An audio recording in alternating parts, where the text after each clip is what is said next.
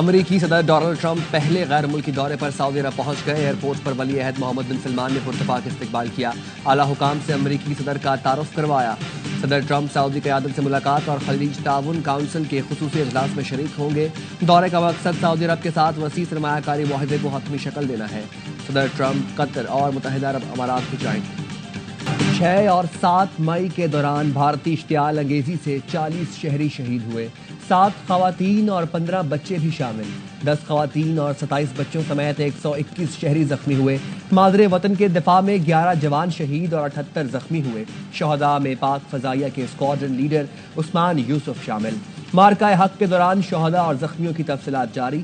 ISPR کے مطابق بھارتی جارحیت کے جواب میں پاک فوج نے مارکہ حق کے تحت منہ توڑ جوابی حملے کیے۔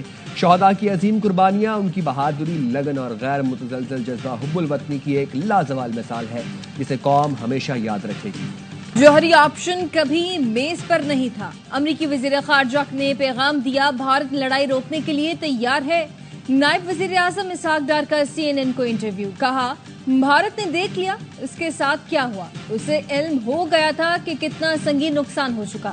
ہمیں یقین تھا ہماری صلاحیت اتنی مضبوط ہے کہ بھارت کو زمین اور فضا میں شکست دیں گے۔ پانی کا رخ موڑنے کی کوشش جنگ کے مترادف ہوگی۔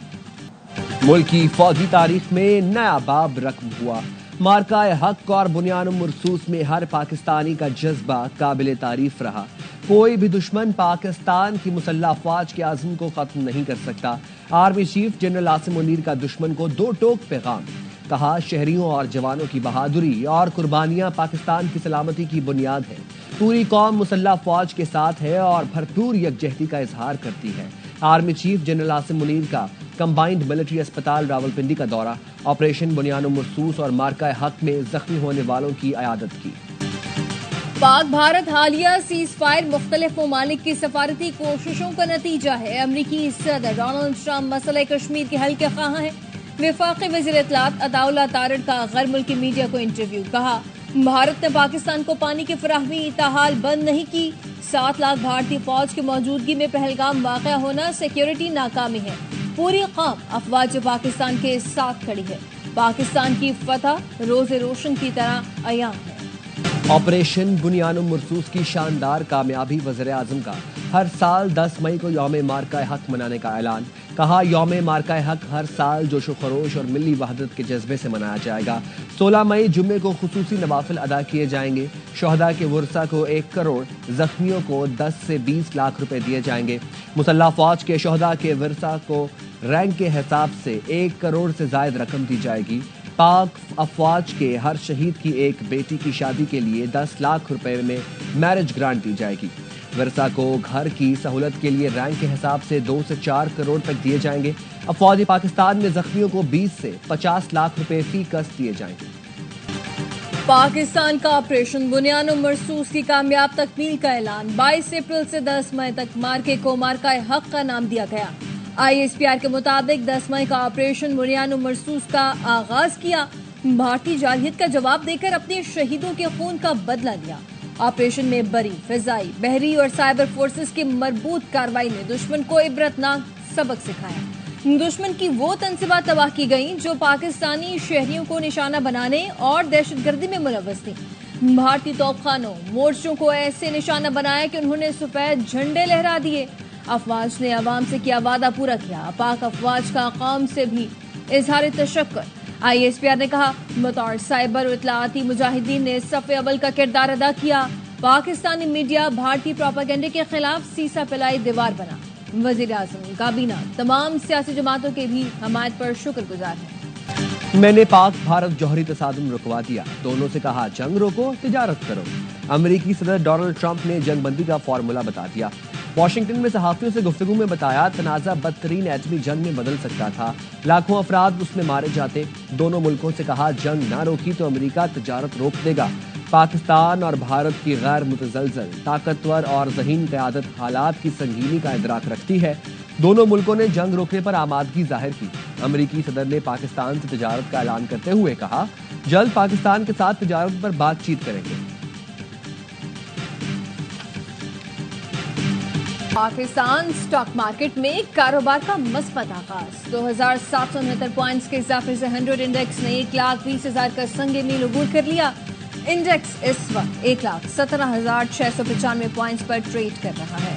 بیل آؤٹ معاہدے کے تحت آج IMF سے $1 ارب ملنے کی امید ہے. وزیر خزانہ محمد اورنگزیب کی برطانوی نیوز ایجنسی سے گفتگو. کہا بھارت کے ساتھ حالیہ کشیدگی کا پاکستان پر کوئی بڑا مالی اثر نہیں پڑے گا. کشیدگی کے باعث کسی نئے معاشی جائزے کی ضرورت نہیں. IMF کے ساتھ بجٹ پر بات چیت کل سے 23 مئی تک جاری رہے گی.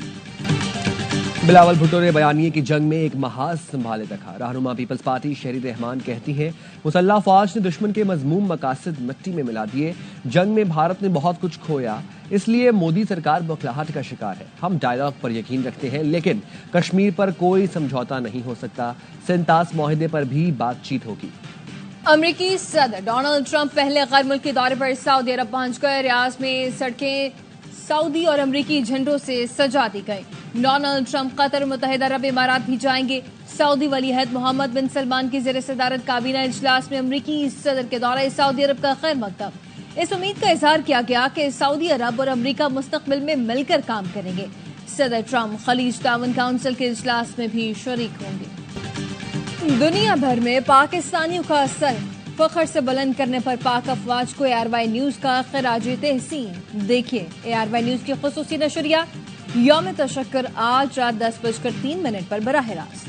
وسیم بادامی، گورنر سندھ کامران ٹیسوری، ساحر علی بگا، جاوید شیخ، بہروز سبزواری، زاہد احمد، شفاعت علی اور مصطفیٰ چودھری کے ساتھ صرف ARY نیوز پر. بھارت کے خلاف جنگ میں پاکستان کی شاندار فتح. گورنر ہاؤس کراچی میں آج جشن منایا جائے گا. اسلام آباد ہائی کورٹ کا علیمہ خانم اور رؤف حسن کا نام سفری پابندی کی فہرست سے نکالنے کا حکم. رؤف حسن کا نام PCL میں شامل کرنے کا حکم غیر قانونی اور بدنیتی پر مبنی قرار. نون لیگ کے دفتر جلانے سمیت 9 واقعات کے 6 کیسز میں عمر ایوب اور فواد چودھری سمیت دیگر کی عبوری ضمانت میں 16 جون تک توسیع کر دی گئی. 5 اکتوبر کو PTI احتجاج کے دوران پولیس پر تشدد کا کیس. لاہور کے انسداد دہشت گردی. عدالت نے علیمہ خانم اور عظمیٰ خان کی عبوری ضمانت میں 16 جون تک توسیع کی. دھرمشالہ کی خوفناک کہانی اور بھارتی نااہلی. آسٹریلوی فاسٹ بولر مچل اسٹارک کی اہلیہ اور کینگرو ویمن کپتان ایلیسا ہیلی نے سب بتا دیا. کہا دھرمشالہ میں پلیئرز کو لا علم رکھا گیا. میچ سے پہلے کہا گیا سب کچھ ٹھیک ہے لیکن آدھے میچ میں اسٹیڈیم خالی کرا لیا گیا. ہر جگہ افراتفری کا عالم تھا. فاف ڈوپلیسی کو ننگے پیر بھاگنا پڑا. آسٹریلوی کھلاڑیوں کو بھارت جانے سے پہلے حکومت کی ٹریول ایڈوائزری مد نظر رکھنا چاہیے. لاہور کے علاقے ڈیفنس سے موٹر سائیکل سواروں نے ڈاکٹر کو اغوا کر لیا. مقدمہ درج. DIG آپریشنز کی پولیس ٹیم کو مغوی کی جلد بازیابی کی ہدایت. متاثرہ خاندان سے ملاقات میں جلد بحفاظت بازیابی کی یقین دہانی. چیئرمین PCB نے پاکستان سپر لیگ کی بحالی کا اعلان کر دیا. میگا ایونٹ کے بقیہ میچز 17 مئی سے ہوں گے. فائنل 25 مئی کو کھیلا جائے گا. محسن نقوی کہتے ہیں PSL وہیں سے شروع ہوگا جہاں سے روکا گیا تھا. ہم متحد ہیں اور پھر کرکٹ کا جشن بھی منائیں گے. کھلاڑیوں اور فینز میں پھر وہی جذبہ ہوگا. ایونٹ میں 8 میچز باقی. کراچی کنگز اپنے آخری 2 راؤنڈ میچز اسلام آباد یونائیٹڈ اور پشاور زلمی کے خلاف کھیلے گی.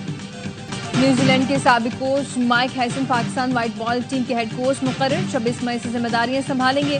چیئرمین PCB محسن نقوی کہتے ہیں امید ہے مائک ہیسن اپنے تجربے سے پاکستان کرکٹ کے مستقبل کو ایک نئی شکل دیں گے.